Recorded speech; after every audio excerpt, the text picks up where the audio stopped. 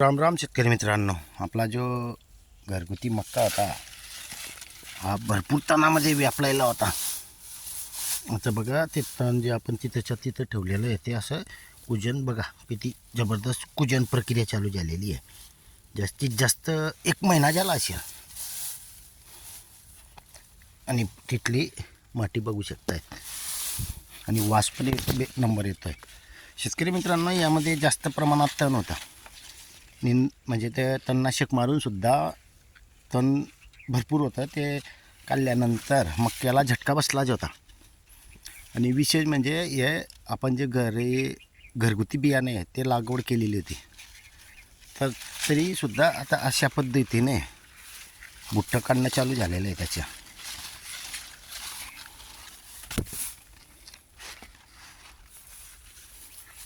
जर की समजा इकडे तण नसतं तर मक्का चांगला राहिला असता.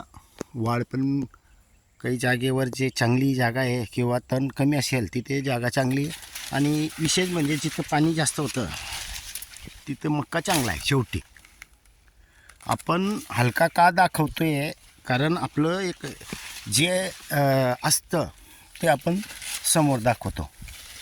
आता हलकं आहे म्हणून ते नाही दाखवायचे असं मी करतच नाही.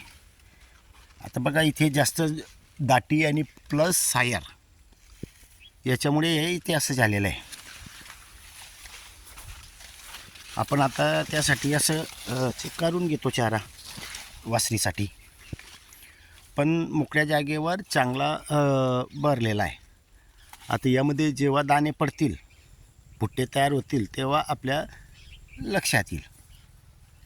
आजच्या कंडिशनमध्ये तरी ठीक आहे बुवा, पण उत्पन्न कसं येतं याच्यावर आधारित आहे.